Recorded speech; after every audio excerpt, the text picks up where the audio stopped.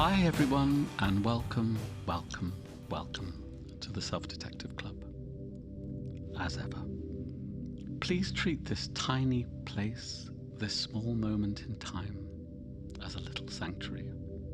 So wherever you are on this spinning, orbiting, precessing, nutating planet of ours, by all means, hang up your coat, rest your weary soul, and see if you can find any gems to take away with you.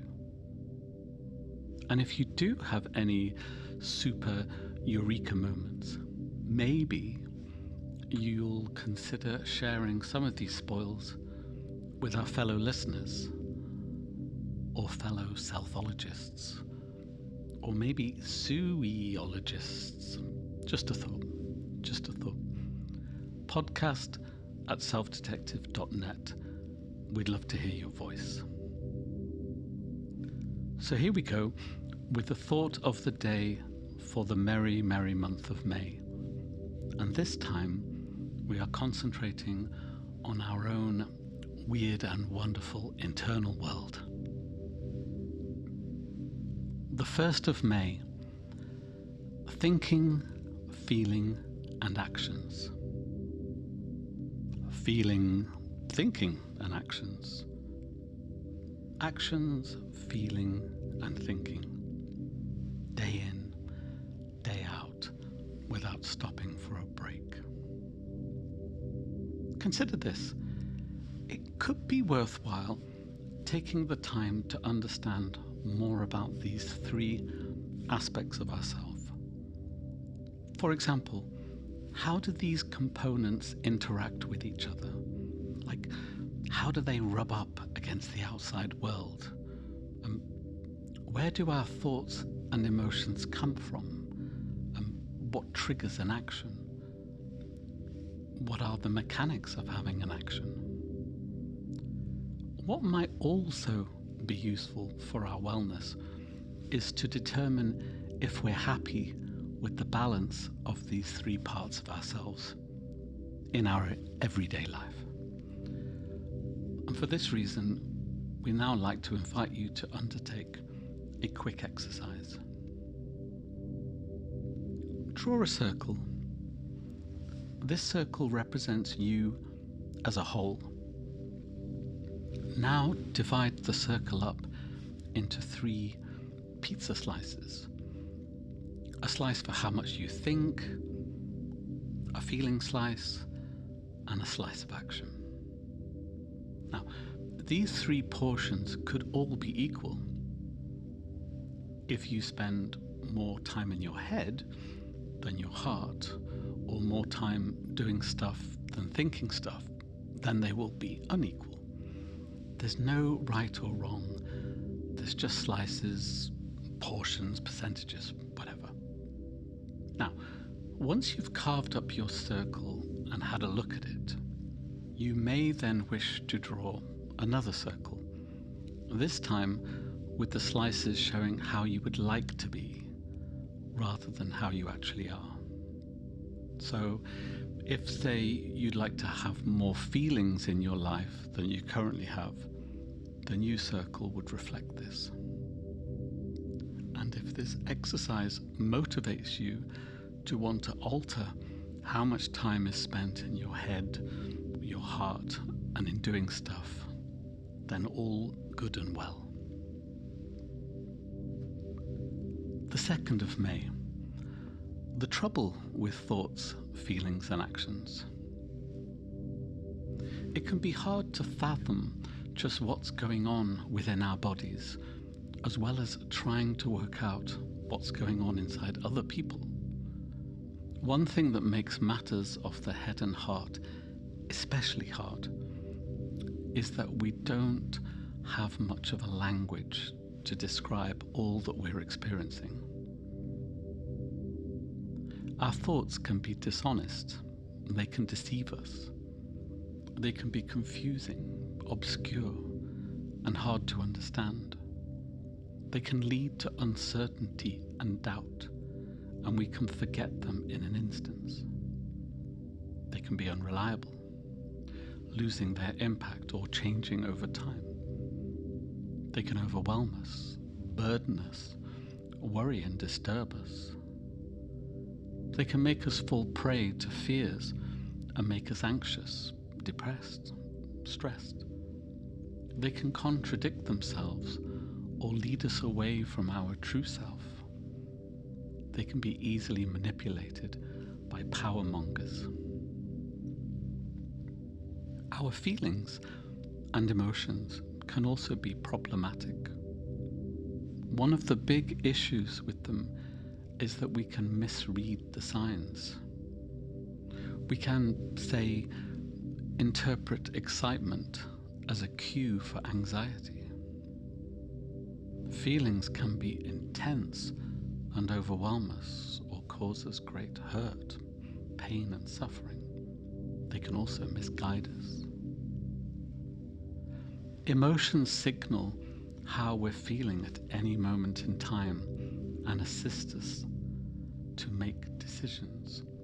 However, sometimes emotions from the past, emotions that we didn't or were unable to process at the time, these can combine with a mild current feeling to produce an overwhelming response.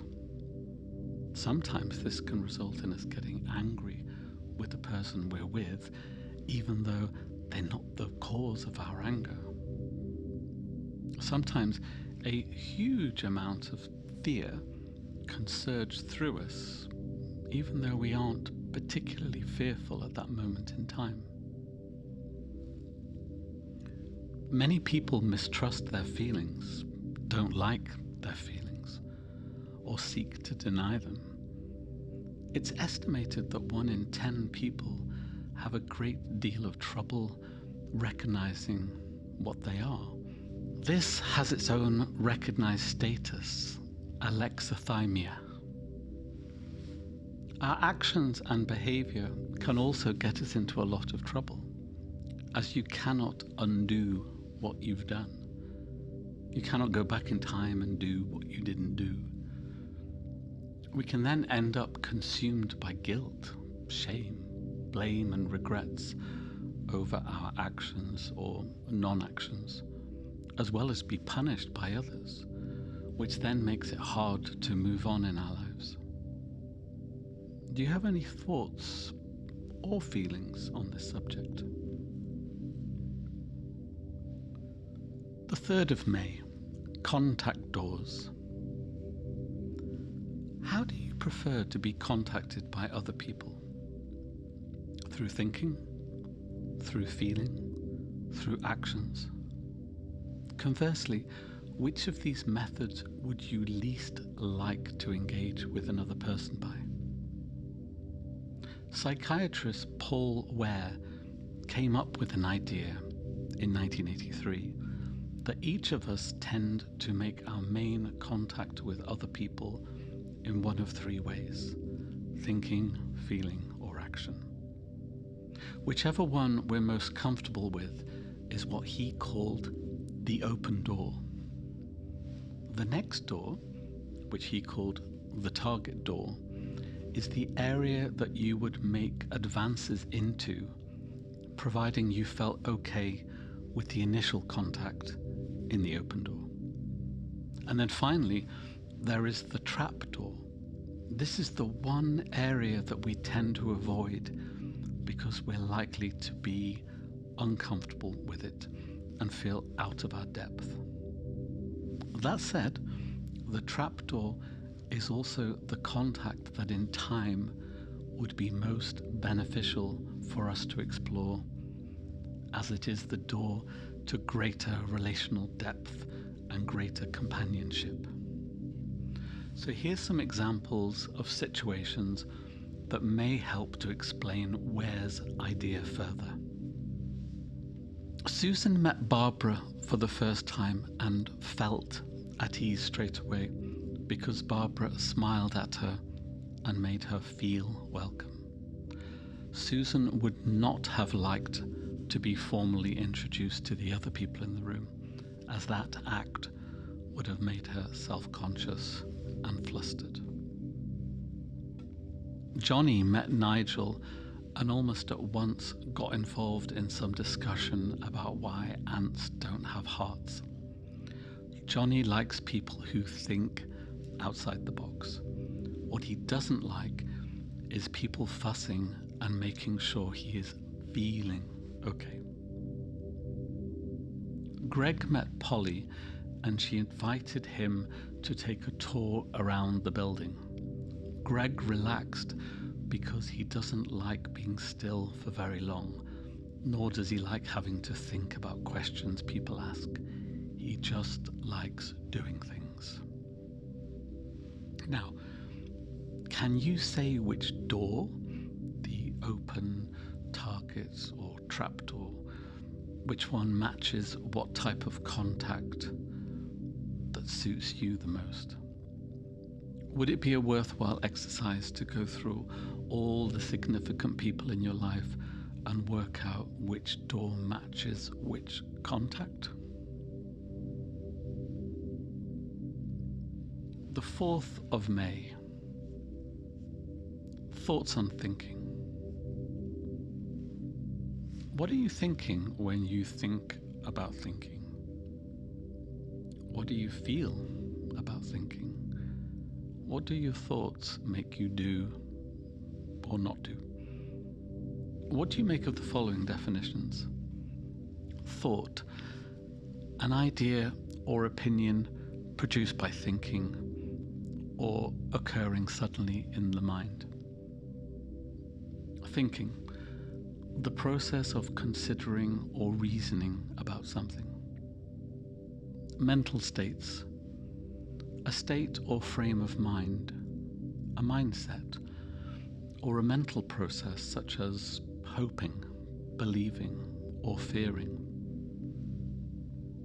Cognition, gaining knowledge and understanding, forming memories and putting them to use.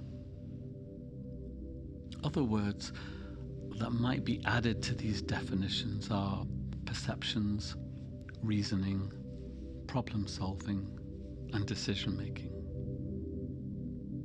It's been suggested that we have up to 70,000 thoughts a day.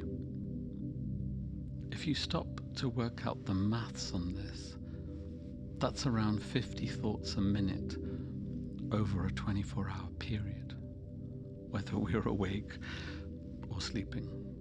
And if that's true, then how on earth do we decide which thoughts are useful and which ones are mere brain chatter? Can we learn how to filter out thoughts that are unhelpful to us? Can we learn how to have fewer thoughts? Can we change the type of thoughts we have, or change the intensity of them? Can we learn to produce thoughts that are more balanced and more in tune with our feelings, our actions, ourselves in general?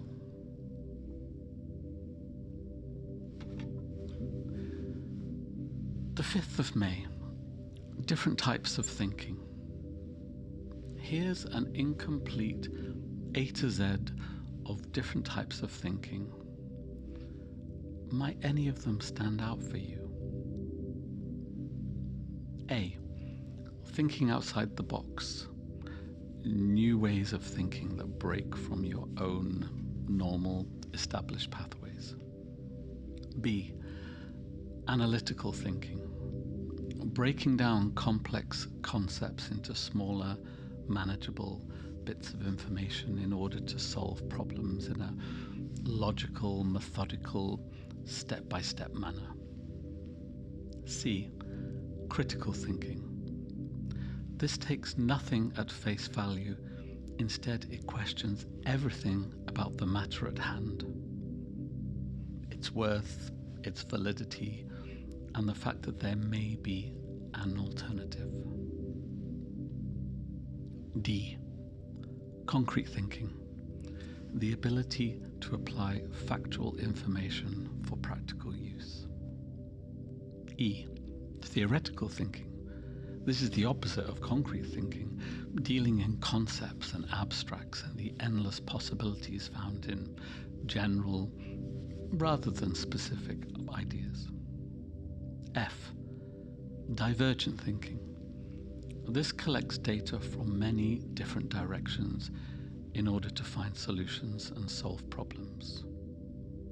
G. Convergent thinking. This thinking takes one topic and rolls out all the parts in order to find one solution. H. Linear thinking, otherwise known as vertical thinking. This style of thinking uses one line of approach and one line only. I. Non-linear thinking, or lateral thinking. This looks at things from many different perspectives. Rather than applying logic, it looks for alternative steps. A person who uses lateral thinking is likely to be an explorer, someone undertaking a journey where the destination is unknown or uncertain. J. Logical reasoning. This is often used in mathematics and in law as a way of arriving at an airtight conclusion. You may start with a hunch, a hypothesis, or a premise that may or may not be proved correct.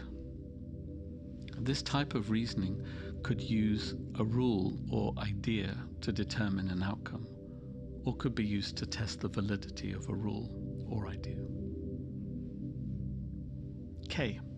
Visual thinking, using images instead of words. L. Rational thinking, being of sound mind, able to have conscious thoughts and able to reason with things, leading to rational decisions. M. Irrational thinking. This is where you're unable to apply logic, reason, or common sense to your thoughts. This can occur at times of distress or anxiety, or when a person is disorientated and emotionally upset. N. Ruminating, going over and over the same thought process without being able to complete the operation or move on. O. Intrusive thoughts.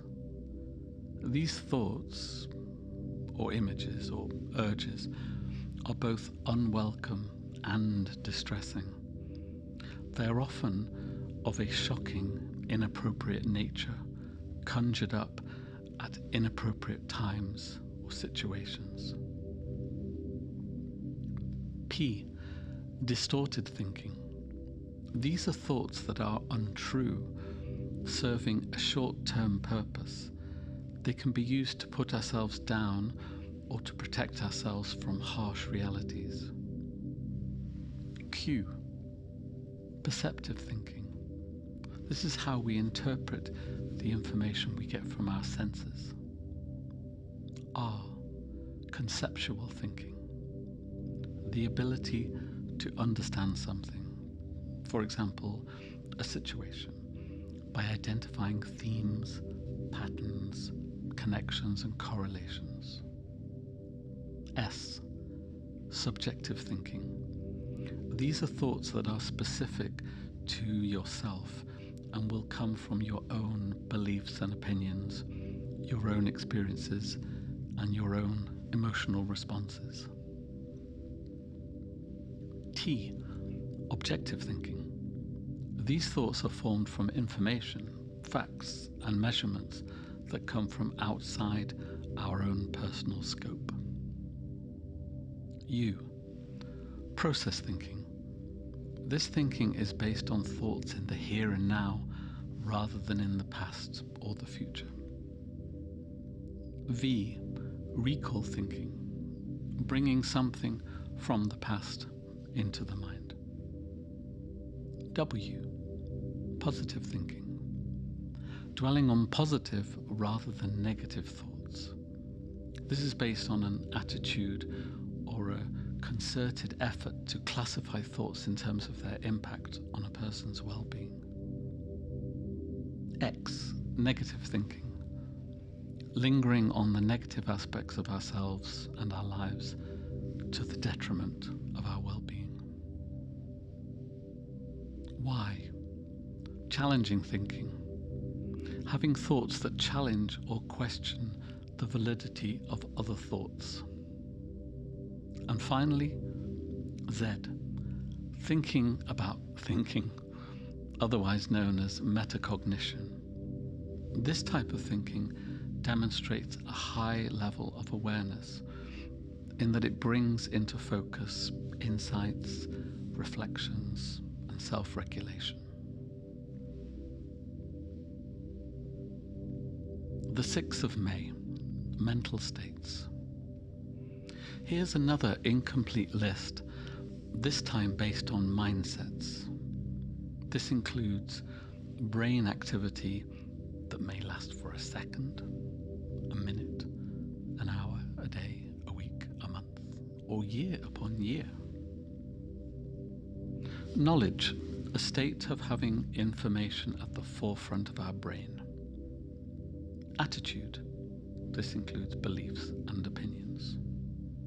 Restlessness, a state of alertness that may include a sense of anxiety or boredom. Distress, a state of psychological suffering that may exist on its own or be part of a wider health issue, be it physical, emotional, or otherwise. Restfulness/mindfulness, a sense of calm and inner peace, coupled with an awareness of being in the present moment. Sensing, for example, a sense of dread while waiting for blood tests, or a sense of wonderment when looking at a sunset. Fantasy, an ability to imagine or create something within your mind that is impossible or improbable. Daydreaming, make-believe. Focus, intent engagement in something that requires your full concentration. Perception, how you interpret things that go on within your world, having insights. Remembering, bringing stored memories to the fore. Organizing, planning, preparing, arranging, getting things ready in your mind so that something may happen. Stress/tension, being overburdened or out of control, or having unwanted pressure. Confidence, a recognition and appreciation of one's own abilities. Attachment, a sense of being connected to someone or something. Detachment, a recognition of not being connected to someone or something, a sense of separateness. Delusion, having an unreal and non-rational thought process. Hopefulness, optimism about the future. Fearfulness, a sense of impending harm or danger. Anxiety, having an elongated concern or worry that cannot be easily shaken. Love, a sense of goodwill and affection to yourself or to others. Depression, despondent and subdued, lacking in energy and motivation. Arousal, an intention to do something, stirring an energy and excitement. Satisfaction, this can include a sense of happiness, pleasure, contentment and cheer. Confusion, uncertain and unclear as to what is happening, puzzled, fuzzy, brain fog. And finally, desire, wanting or wishing something to happen.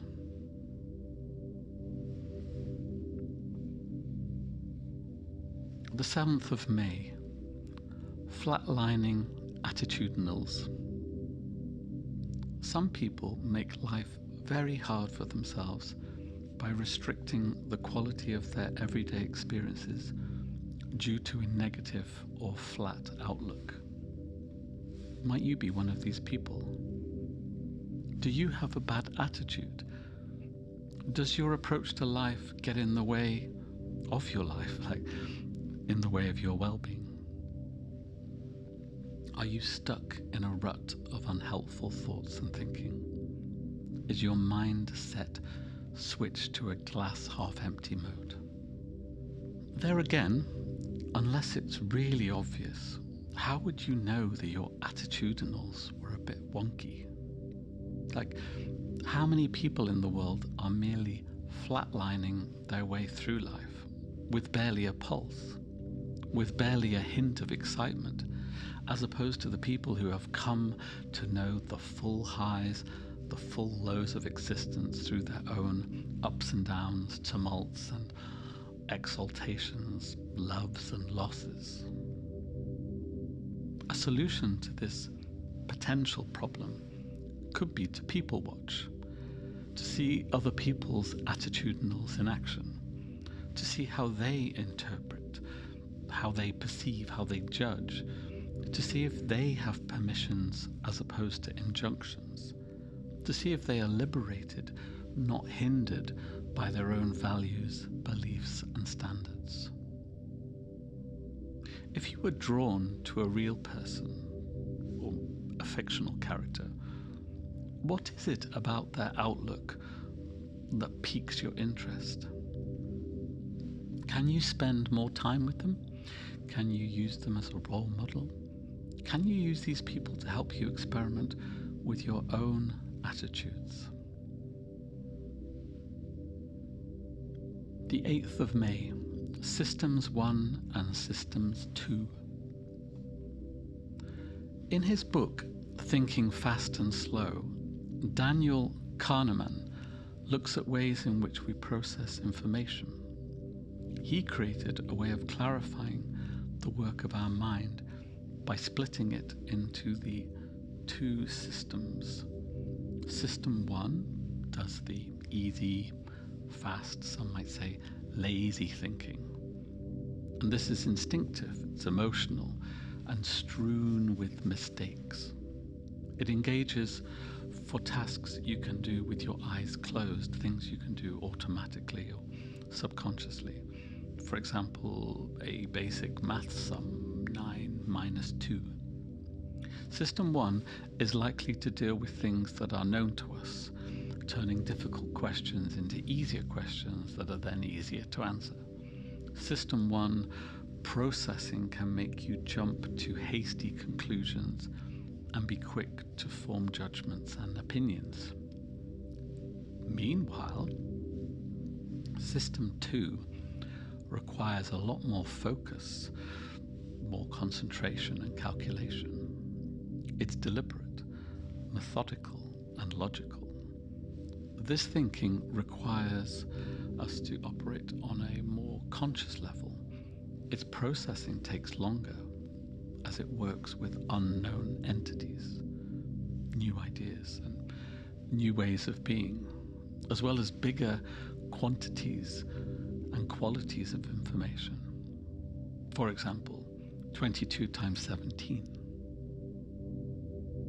You're likely to get different results according to which system you use. You're likely to reach different conclusions. So, using Kahneman's model of System 1 and System 2, could you work out which types of thinking you use for which different personal situations? And would it be useful to keep these systems in mind?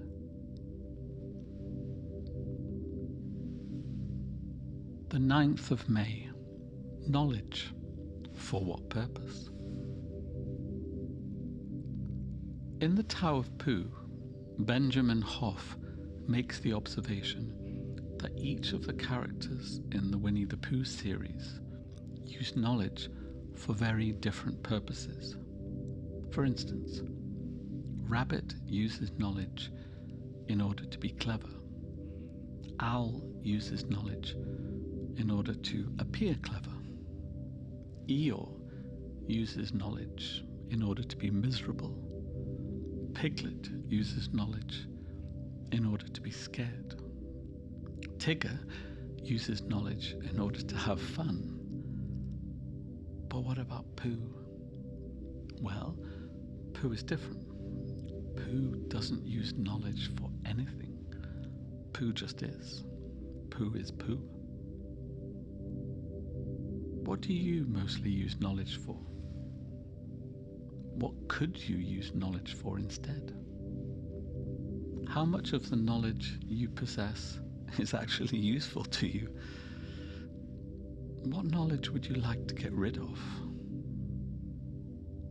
Which knowledge would be most useful for you to gain right now? The 10th of May, multiple intelligences. Definition: human intelligence, an ability to apply knowledge using memory, experience, and judgment.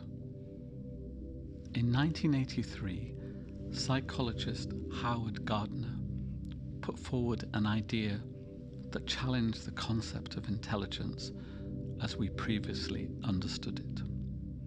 He argued that the definition is too narrow and limited. He said, there are many, many different types and levels of intelligence, and that each person has their own unique configuration of being better at some things than others. Here's some examples of multiple intelligences that he proposes. Musical intelligence, an understanding and awareness of different types of sound. Visual intelligence, possessing spatial awareness, creative visual imagination and expression. Verbal intelligence, an ability to express yourself with words. Athletic intelligence, an understanding of your own body's dexterity, agility, and sensations.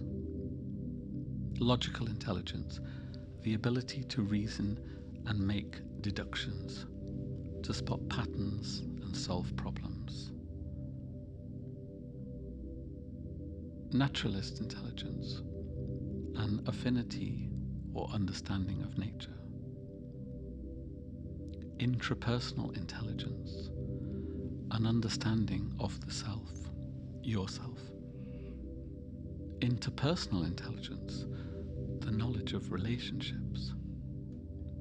Existential intelligence, the ability to ponder the big questions in life. And finally, teaching intelligence, to pass on knowledge and skills to others. Howard Gardner argued that everyone has all of these intelligences, that they all act together in different ways, which is how we come to be unique as individuals.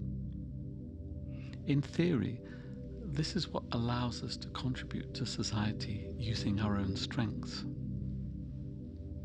So presumably, this means we can do away with the phrase good for nothing, since we're all good at something. As for the notion that you aren't clever, clearly that too must be a nonsense, since you will be clever at something, whether you like it or not. As for the idea that you failed at school, perhaps it's the school that failed you by A, limiting the scope of intelligence that is being examined, and B, its inability to tap into your own unique resources. Using Gardner's multiple intelligence, it may be interesting for you to contemplate and reevaluate your own intelligence, as well as the intelligences of others. Of the list mentioned, what would you say are your top 3 intelligent areas? The 11th of May. Being emotionally available. Emotion, a stirred up biochemical state that occurs in response to an event. Emotions can be measured by blood flow, brain activity, and facial expressions.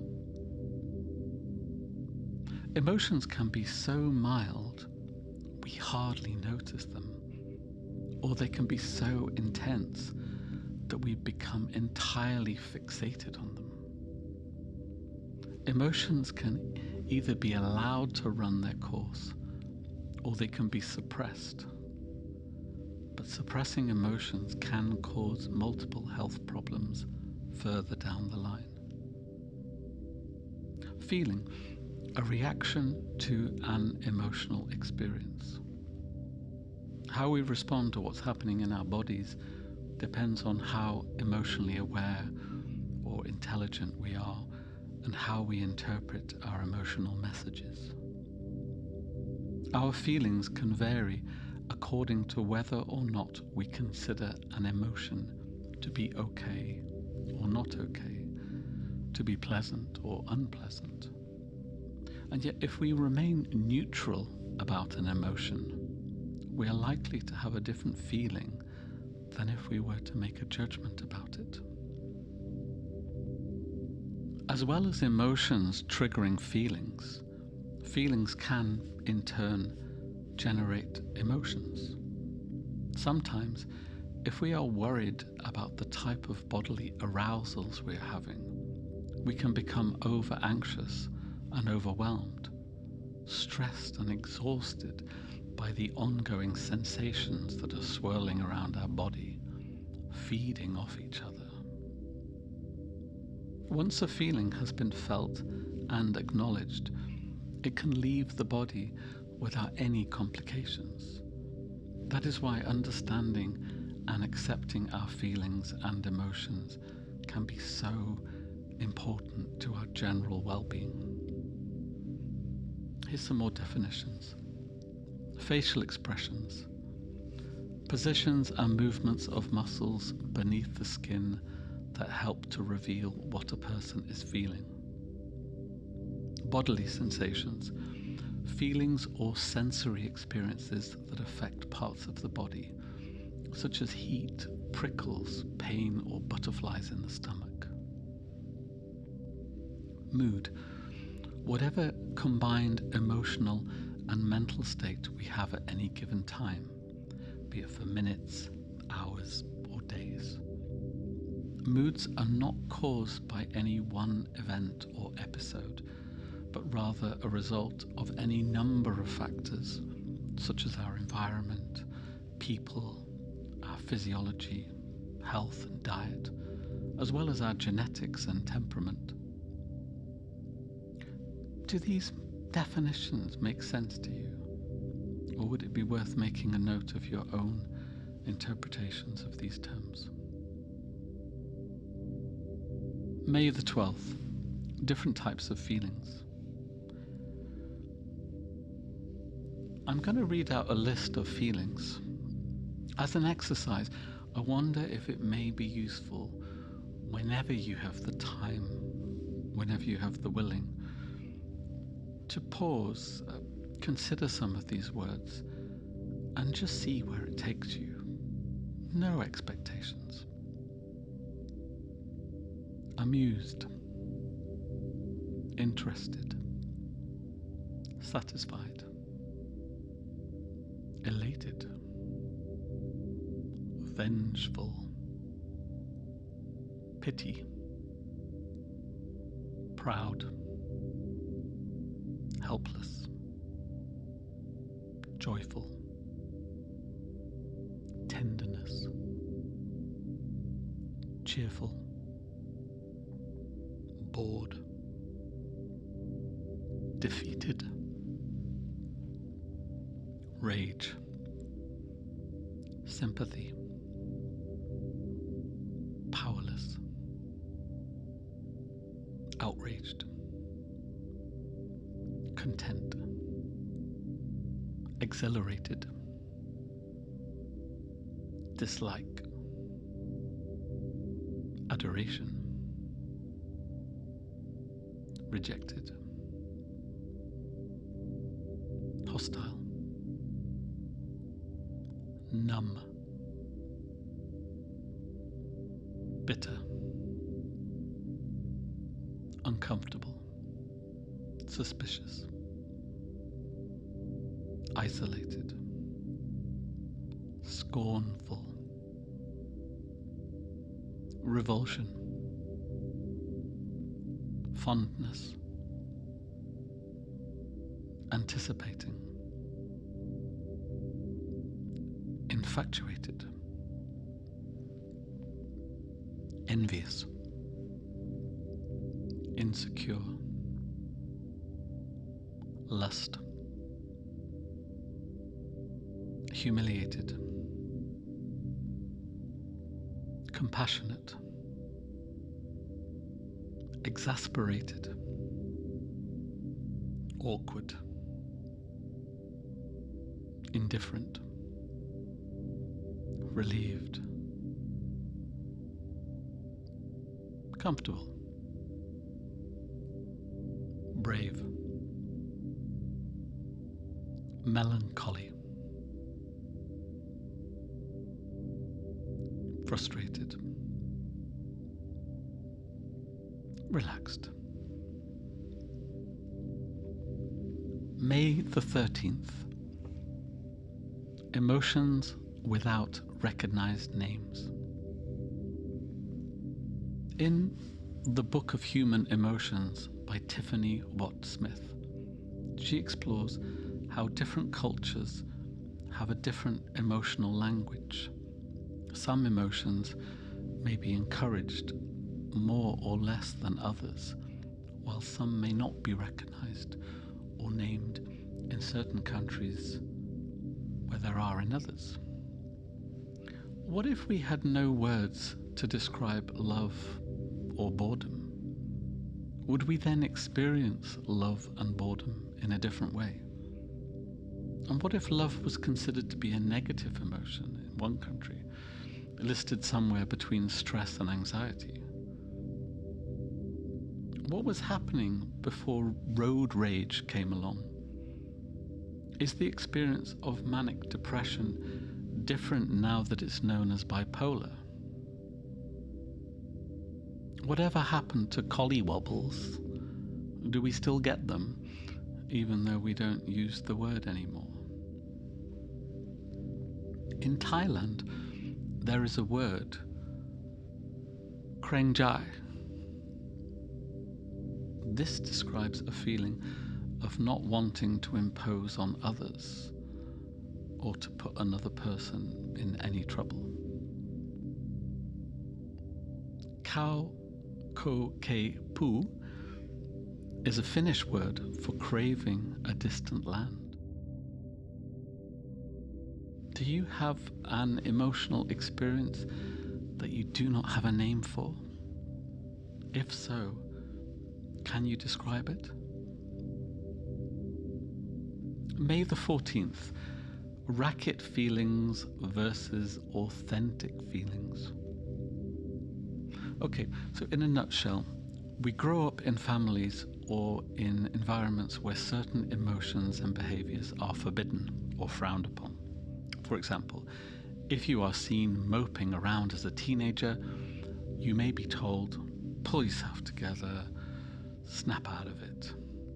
If you're making a lot of noise, you may be told to quieten down. But conversely, we might be encouraged to artificially produce emotions that are more acceptable, such as happiness or tenderness, etc.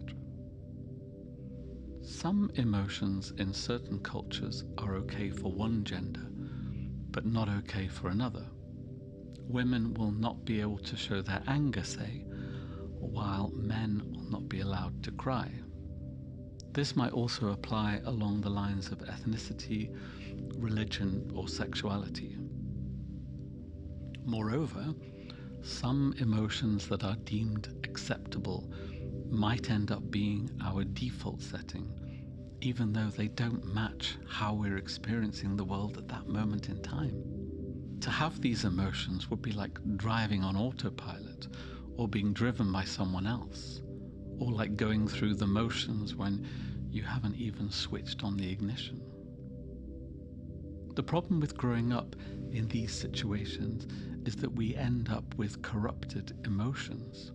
Rather than having natural emotions that can guide us, we get emotions that have been coerced, manipulated, or contrived.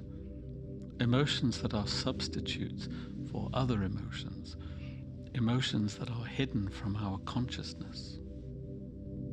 So the consequences of having racket emotions is only revealed at a later time, in a later situation, when the real stored up emotions that never got a chance to be played out in earlier days or weeks or months or years suddenly come to the fore. Here it's likely you will have little control over the force of the emotion, as it will just come out whether you like it or not, often as an explosion, often in the presence of the people you love. Yet there is a way forward that's less dysfunctional for all concerned. It involves 1. Learning to allow authentic emotions to come to the fore at the very moment they occur. 2. Taking the time to recognize what your racket emotions are. And 3. Finding ways to unlock your suppressed emotions within a safe environment. Are there any emotions that you find hard to access? When do you experience false emotions? And what emotions are they replacing? When and where do your suppressed emotions tend to come out? The 15th of May, exploring our sensual self. You're no doubt pretty familiar with the 5 senses that help us to navigate through life: smell, touch, taste, sight, and sound. Yet there are also believed to be another 7 senses that are part of our lifelong survival toolkit: pain, balance, direction, time, temperature, motion, speed.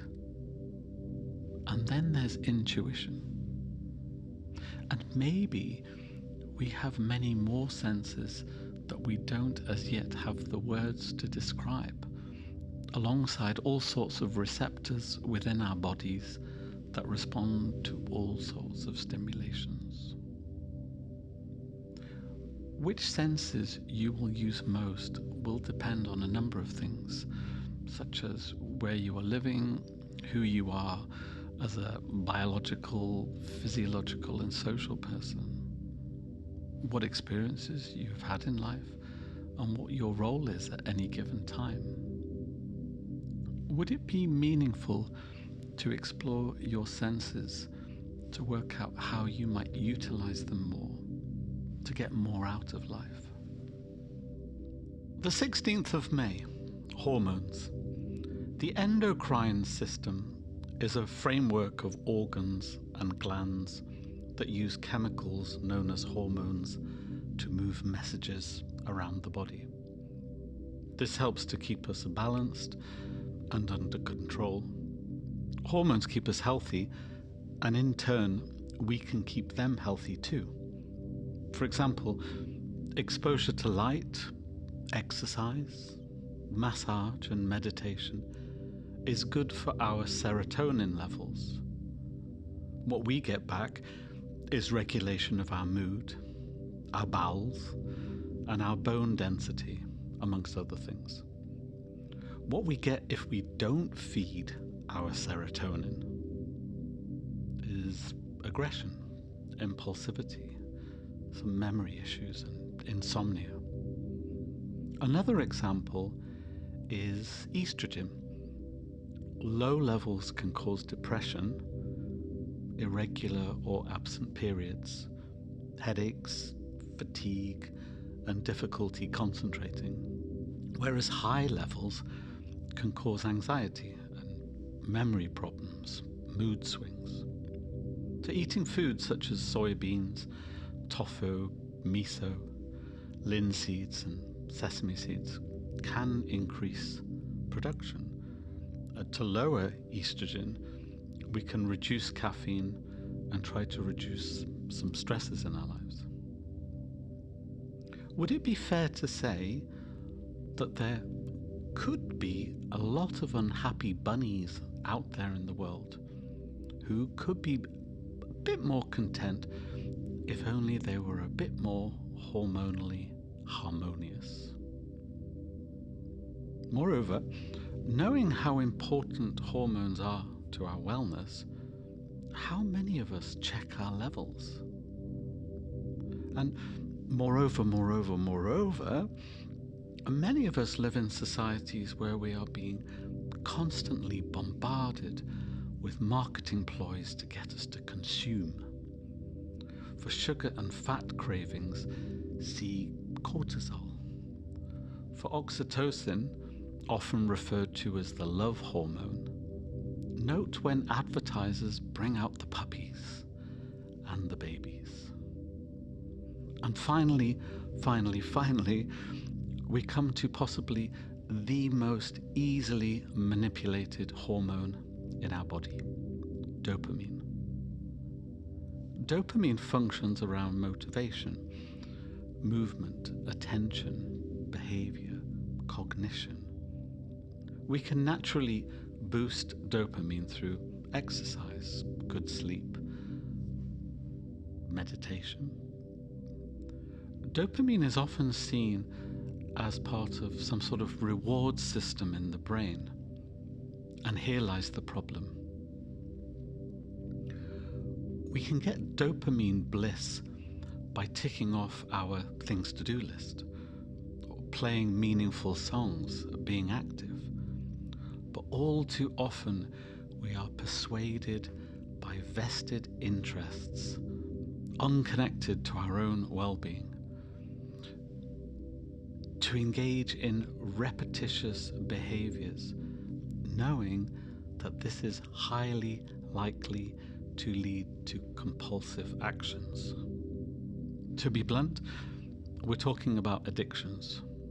So addictions to scrolling, computers, pornography, gambling, not to say drugs, prescribed or otherwise.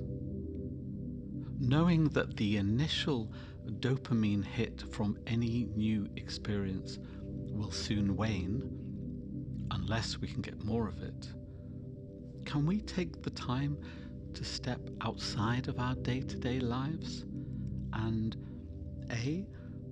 work out where our addictive behavior has taken us thus far within a certain time frame, and then B, project or forecast where our addictive behaviors are likely to take us within, say, a 1 month, 3 months, 6 months, 12-month period. Can we also think about having moments or even entire days where we are free from external temptations? Can we circuit break? Can you help yourself to unwire your rewired harmonics? The 17th of May, the Fear Factory. Fear, an intense emotion or sensation that all is not well. A sense of danger, a threat of harm, pain, or suffering. Panic, a notion of being out of control or overwhelmed. Panic attack, a physical and biological response to being overwhelmed. Anxiety, unease, nervousness, worry or apprehension. Social anxiety, a nervousness in social settings. Phobia, a strong aversion to something, an irrational fear. For many people, fear is an absolute killer. It stops us from moving forward in life and can block our energy and our ability to fulfill our potential. So how might we look to overcome our fears? Do we dare give our own fears a name? Do we dare to focus on our fears? Can we explore our hopes about what might be on the other side of fear? Can we learn from what other people have done to overcome fear? Alternatively, might it help you to view fear as part of a process? For example, what type of production line system has your brain come up with to ensure that top quality fear can be triggered at the flick of a switch? What happens once your fear has been created? How long does it last? And how long before the next batch is ready? How can you disrupt this manufacture of fear? Can you throw a spanner in the works? And if so, what part of the works would be best to sabotage first?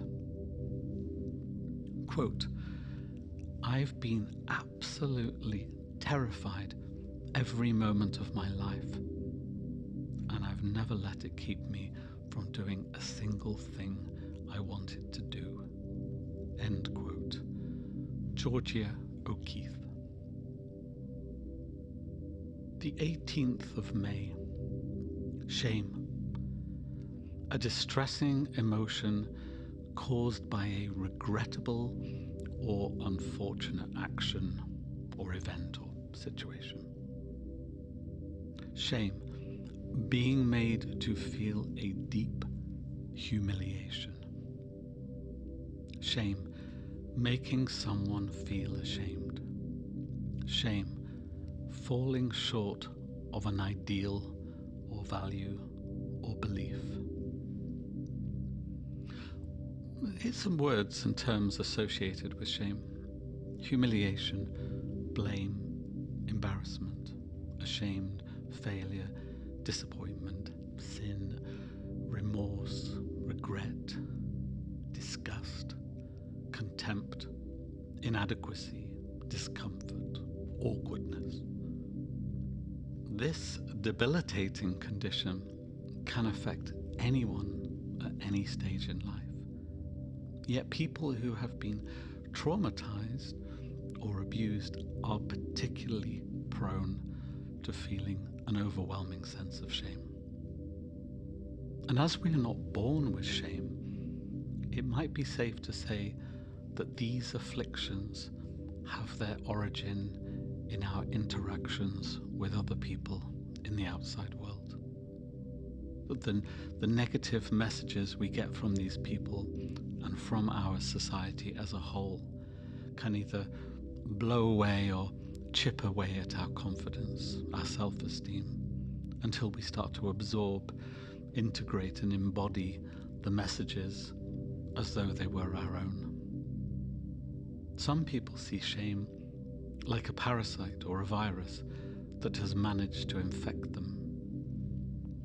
The Swiss psychiatrist Carl Jung called shame a soul-eating emotion. Other people have recognized that shame is highly contagious, and once it's out in the open, it can cause other people's long-buried shame to come to the fore, which is perhaps another reason why shame is so hard to talk about. Here's some examples of how shame can manifest itself, and these may be useful to get you thinking about your own relationship with it. A belief that you were in some way to blame for what happened, and therefore you should be punished, or you should punish yourself. belief that you deserved what happened to you because you are a terrible person. A belief that you do not deserve to get your needs met. A belief that you must put other people's needs before your own. A belief that because you have suffered trauma or abuse, you're in some way less of a person than someone else. A fear that you might be exposed for what you really are. The good news is that many people have found ways to overcome shame through therapeutic means and through self-forgiveness. The 19th of May, dirty anger versus clean anger. So anger, just like any other emotion, is a useful clue to how we are at any given moment in time. If we don't accept it as being a valid part of the human condition, then two things are likely to happen. Either we'll explode like a volcano further down the line, or we'll substitute it for another emotion, neither of which are particularly healthy. Could we take the sting out of anger by separating it into two camps? So firstly, there is the dirty anger. This is where the consequences of our actions following a wave of wrath get us into trouble. For example, shouting at someone, punching a wall, damaging our fists, or landing ourselves in a fight. Clean anger, on the other hand, has no such negative effects, as no one, including yourself, is harmed by your expression of anger. You have taken your rage, your frustration, your irritation out of the room and into another space. You have released your fury onto a pillow, a punch bag, or doing a physical activity. You have gone to a forest and screamed like crazy. You have drawn your annoyance. You have found the words to explain your annoyance to others in a way that's acceptable to those around you. What do you make of this idea? Could this be useful to you? The 20th of May, doing, actions and behavior. Doing, engaging in an activity. Action, doing something to achieve an aim. Behavior, the way in which we act or conduct ourselves, especially towards others. The way in which we behave in response to a particular situation or stimulus. Doing, actions and behavior are actively entwined with our thoughts, our thinking, our mental state, as well as our emotions, our feeling and our mood. And in turn, these can affect our motivation and energy levels. So let's look at these. Motivation, to have a reason, a need or a purpose to do something, to be driven to start or complete something. Energy levels, the will and energy to do things can fluctuate at different times. This can sometimes be a result of diet or different times of the calendar, or it could be due to the delicate balance of our emotional, psychological and active systems. So, is it worth exploring our own notions of doing along with our not doing, and then applying them to our own lives and our own set of circumstances? The 21st of May, the action cycle versus the non-action cycle. We start off with a sensation. We become aware of it. We become aroused by it, and we feel the need to mobilize ourselves in some way. We take whatever action we can. We have now made full contact. We have responded to the sensation.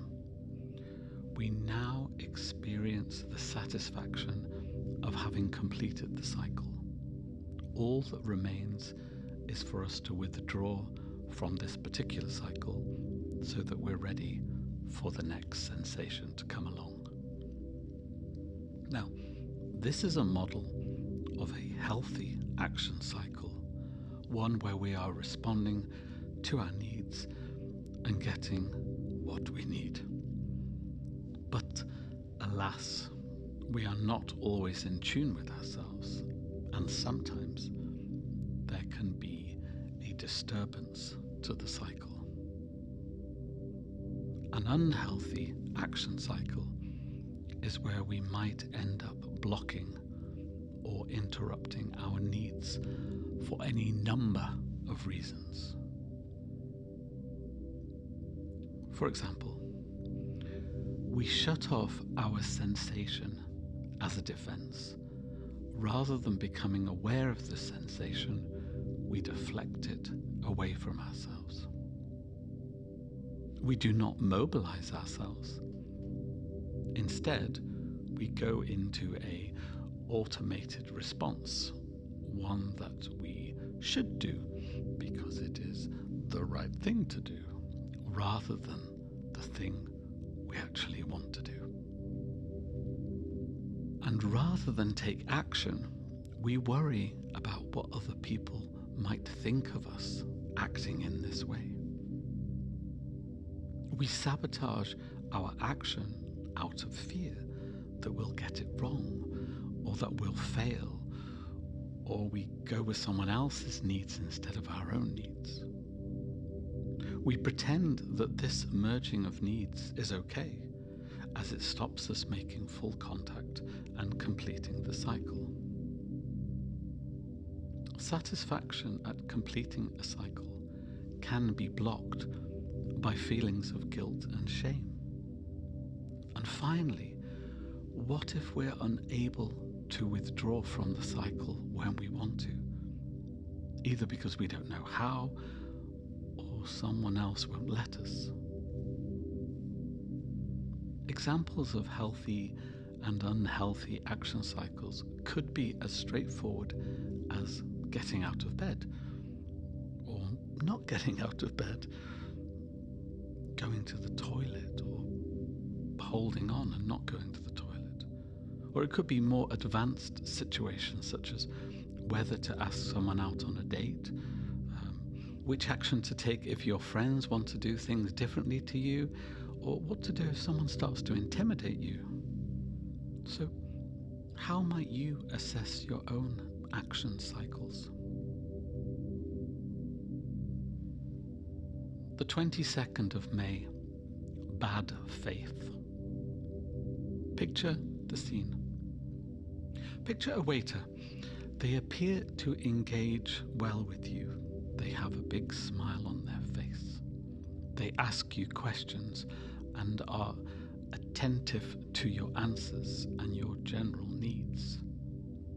Yet, there's something not quite right about their presence. Maybe they're a little too obsequious, a little too full on with you. And then it dawns on you that they're not being real. And they don't care about you at all. Instead, they're putting on an act. But it isn't personal.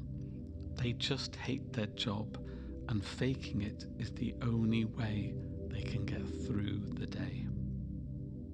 They know that there's so much more to them than being a waiter. At this very moment in time, they could do anything. They could sing a lovely song. They could walk away and never come back. They could start a new job somewhere else. But they don't. And they don't because they're fearful of change, fearful of what might happen if they leave. And the fact that they have so much freedom to make so many choices terrifies them into inertia, into doing nothing at all. And they know this, and they resent this, and this is called bad faith, otherwise known as self-deception. Existential philosophers Simone de Beauvoir and Jean-Paul Sartre came up with this notion. Each of us is free to make 1,000,001 choices, yet we don't. Instead, we kid ourselves that we don't have a choice, that we need to stay in the job to pay the rent, or we need to stay in the relationship for the sake of the kids. Yet at some level, we all know that this is bullshit. We stay stuck in a rut because we're scared of the vast freedom and choices we have. And this is how many people can exist in a long-term state of distress and paralysis. Sartre went on to say that, quote, human reality is what is not, end quote, owing to the large number of people not wanting to be what they are. He also acknowledged the paradox of people having the freedom to choose not to have freedom. Have you trapped yourself in a role that you ultimately do not want to play? If so, can you describe what this is like? Can you make a list of all the things you could be doing right now instead of the things that you are doing? And would it be useful to explore how liberated you think you are? The 23rd of May, defense mechanisms. Protecting our self from perceived threats by using all sorts of ingenious psychological methods is something that we all do at different moments in our life. Often, we do not know that we are using defense mechanisms at the time, which just goes to show how devious and how instinctive these functions of our brain can be. But let's go through them one by one with a neutral, self-detective eye rather than a harsh, judgmental one. Number 1, forgetting. In brackets, repression. If an event or a time in your life is painful, one of the easiest ways to deal with it is to forget that it ever happened. 2, it didn't happen, aka denial. If it, whatever it may be, didn't happen, then there's no need to be distressed about it. Only it did happen. 3, it wasn't me, it was you, otherwise known as projection. Here is a great opportunity to blame another person for what happened, to put all the dislike about yourself onto someone else. 4, I can't express how I feel to the person I want to, so I'll take it out on someone else instead, aka displacement. This is about dumping or offloading onto people who have nothing to do with the cause of your upset or your anger or your pain. Number 5, making unacceptable behavior acceptable. Sublimation. If I can channel my dark side into something that's deemed acceptable by my partner or friend, family, community, then I can maintain my status as well as my relationships, as opposed to ending up in prison or being isolated or alienated. 6. Mimicking aspects of others. In brackets, introjection. In times of distress or threat, it might be the best option to behave like someone else. For example, if I shape my hair to look like Ingrid Bergman, I'll have all the confidence and sassiness that she has. 7. Removing the emotion from a memory, aka isolation. This allows you to think about an otherwise painful or upsetting episode without actually feeling it, just as though you were merely reporting the events as a third person. 8. Going back in time, regression. If the pressure to be a certain age is too much for you, going back to a younger age version of yourself might help reduce the stress. 9. Daydreaming, in brackets, fantasizing. Having fantasies, especially about the things that could have been in your life, are a way of dealing with disappointments or of ending things that didn't have an ending. This is a great way to rewrite your history. And finally, 10. Going into your head rather than your heart, aka intellectualizing. If you're emotionally hurting, you might want to think about what is causing the pain by giving yourself a rational explanation for it. It's just heartburn. It will go away soon. So, do any of these jump out at you in particular?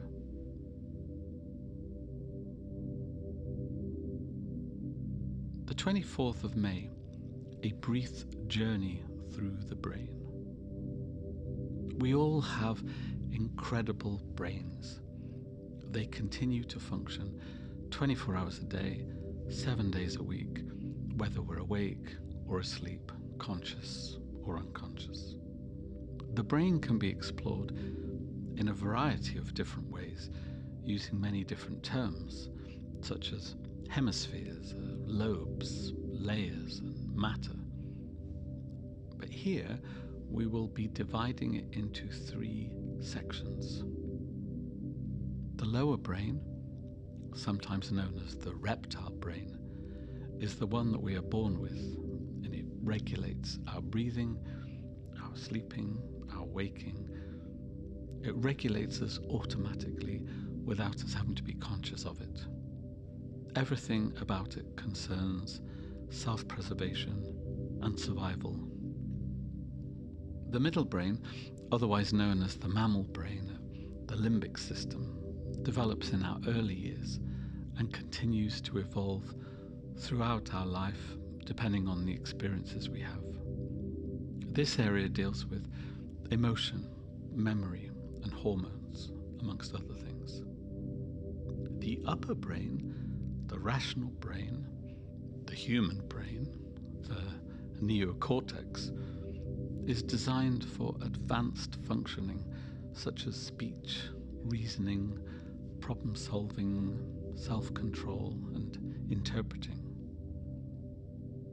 When it comes to threats or perceived threats to the body, the function of the lower and middle brain instinctively come to the fore, while the upper brain function diminishes.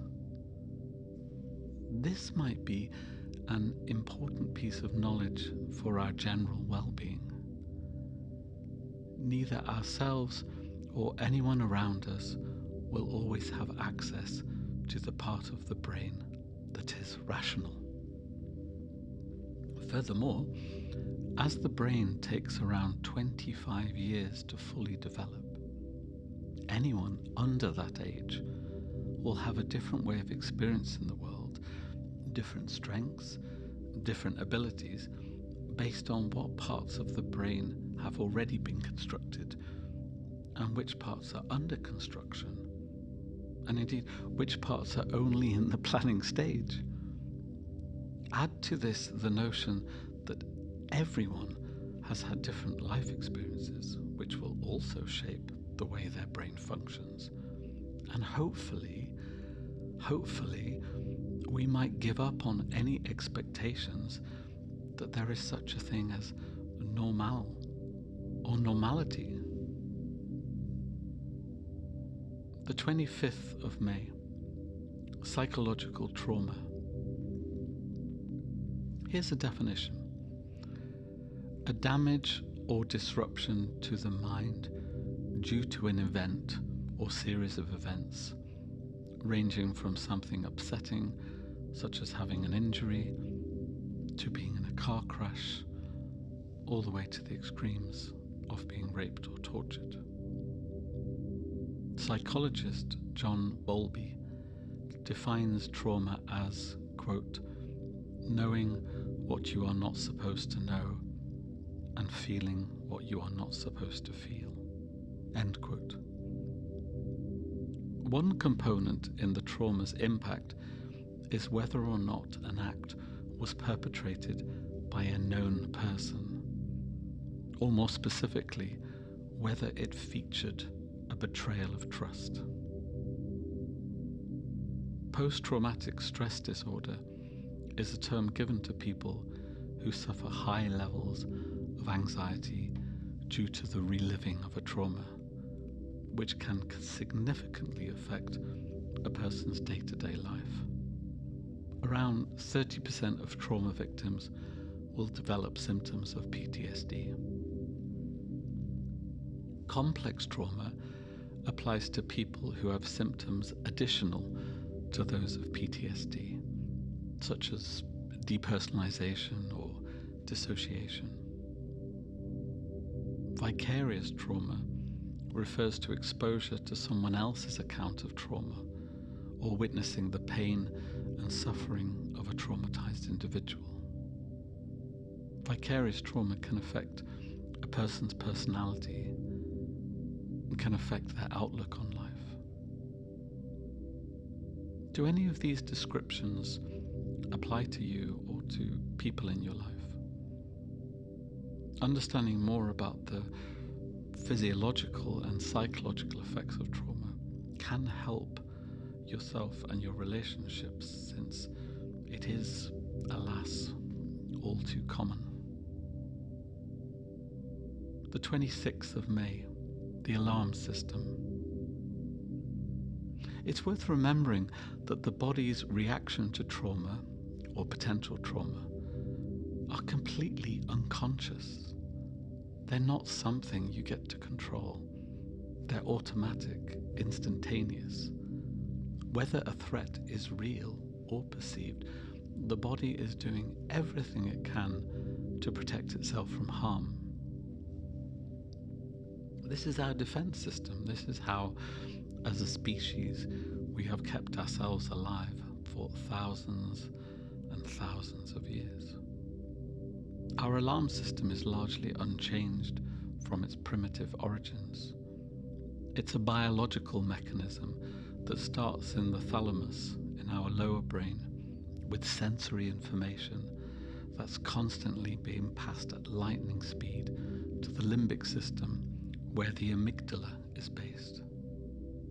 The amygdala is often viewed as the rough and ready part of the brain. It sizes up what's going on around us using the data from the senses, and it makes quick, no-nonsense decisions based on whether it perceives danger. The same information from the thalamus is also presented to the nearby hippocampus. This part of the brain is responsible for memories and learning, and for choosing a course of action based on what we did in the past and how well that worked out. The hippocampus takes a more considered approach to accessing danger than the amygdala does. Together, though, in sync, the amygdala and the hippocampus can handle big life or death episodes, as well as the aftermath of such events. When a potential threat does arise, the information is immediately returned to the hypothalamus, which rests just below the thalamus, and a sudden release of adrenaline and cortisone follows, causing a chain of events that ensures we do one of three things: fight the danger, run away, or play dead. The 27th of May, the 5 F's: fight, flight, freeze, flop, friend. Just like the brain, there are many aspects to our nervous system. However, the two parts that come into play when the alarm system is ringing are both responsible for the body's unconscious automatic actions. So, if the flood of stress hormone reaches the sympathetic nervous system, our body is primed to fight the danger or flee from it. This is where certain bodily functions will be restricted, whereas others will become supercharged, such as heart rate and breathing, giving us greater vision, muscles tensing, twitching, trembling, all designed to give us every chance of survival. Alternatively, if our parasympathetic nervous system is activated, the opposite happens.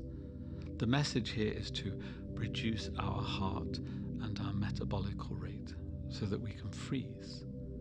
We may also get an injection of pain-killing hormone, or we may zone out so as not to remember what happened.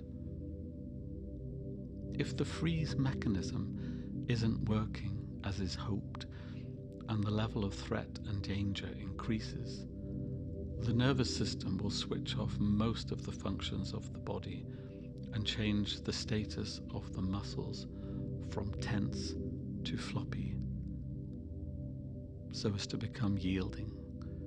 This is the body's last chance of survival. Where trauma is concerned, friend is about forming a bond with other people in order to survive. This is something we do automatically from birth in the way that we cry to get the care we need. Similarly, as we grow up, befriending and forming attachments to people helps to protect us. If we experience fear, we might attempt to communicate with those we fear. We might attempt to appeal to their better nature. We might try to negotiate with them, charm them, or try to calm them down. We might even buy into what they are doing, as in the case of Stockholm Syndrome. For more about this, see some of the writings of the psychotherapist Zoe Lodrick. The 28th of May, the polyvagal theory. The vagus nerve runs from the brain and the face right down to the abdomen. As it has more than one thread and more than one function, it has been given the name polyvagal. From the dorsal vagal comes the instruction to slow down or shut down, to freeze or to immobilize oneself. From the sympathetic nervous system comes the acute stress response to run away or fight back. But both of these neural circuits are quite limited. They do not provide a platform for feeling safe and secure, and they do not get to reach the higher levels of our brain, which can have so much more diversity and options available to us. However, the ventral vagal has an entirely different function, and this forms the main part of this theory. This has the role of making social connections with those around us. This allows us to communicate with others, to form attachments, to be able to regulate ourselves, and tap into a whole range of emotions and facial expressions. Now, if we had good, healthy bonds with our parents or caregivers in our early years, there's every chance that these neural pathways are available to us, and we can learn to soothe ourselves, reduce our heart rate, prevent ourselves from being overflooded with adrenaline, as well as reading the intentions of others. Whereas if we do not have good, healthy bonds, then much of the ventral vagal social engagement system will not be available to us. Not unless we learn how to reach out to others. The polyvagal theory was developed by the scientist Stephen Porges. The 29th of May, the Memory Editing Suite. Neuro-linguistic programming, NLP for short, has been described as understanding and communicating in the language of the mind, with a view to allowing people to change their thoughts, perceptions, actions, and memories. We will now share one relatively straightforward NLP technique that's designed to dissolve unpleasant and unwanted memories. So, just because a memory exists in your mind doesn't mean it's fixed and unchangeable. There's nothing to stop you from altering certain aspects of what happened in order to dilute or dissolve the impact. It might help at this point to imagine yourself as being like an editor of a film, where you're in control of all the sound, the visuals, the special effects, and so much more. You are in control of the final version of whatever you produce.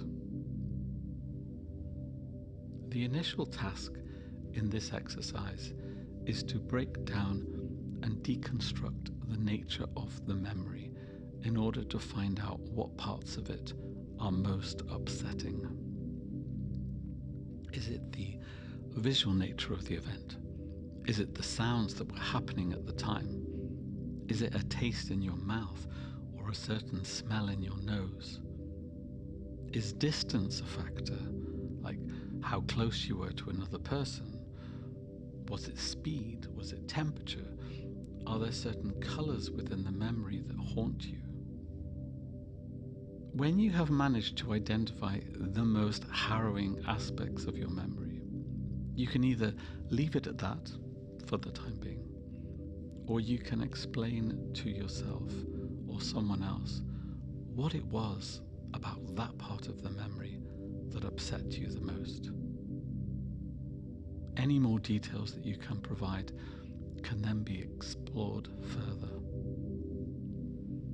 Okay, so now is the time to change this part of the memory to something that will not be so upsetting.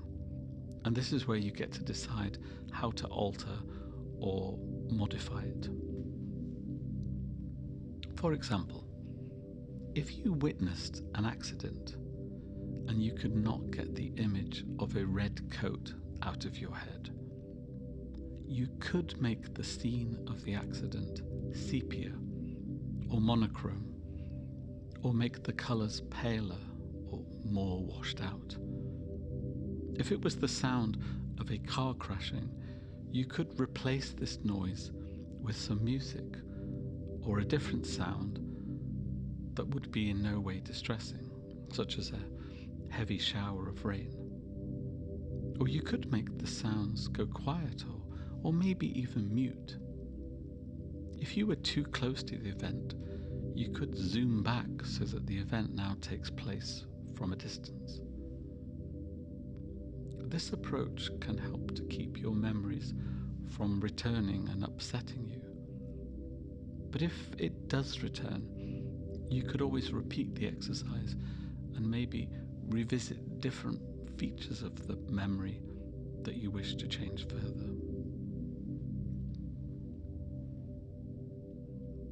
The 30th of May, post-traumatic growth.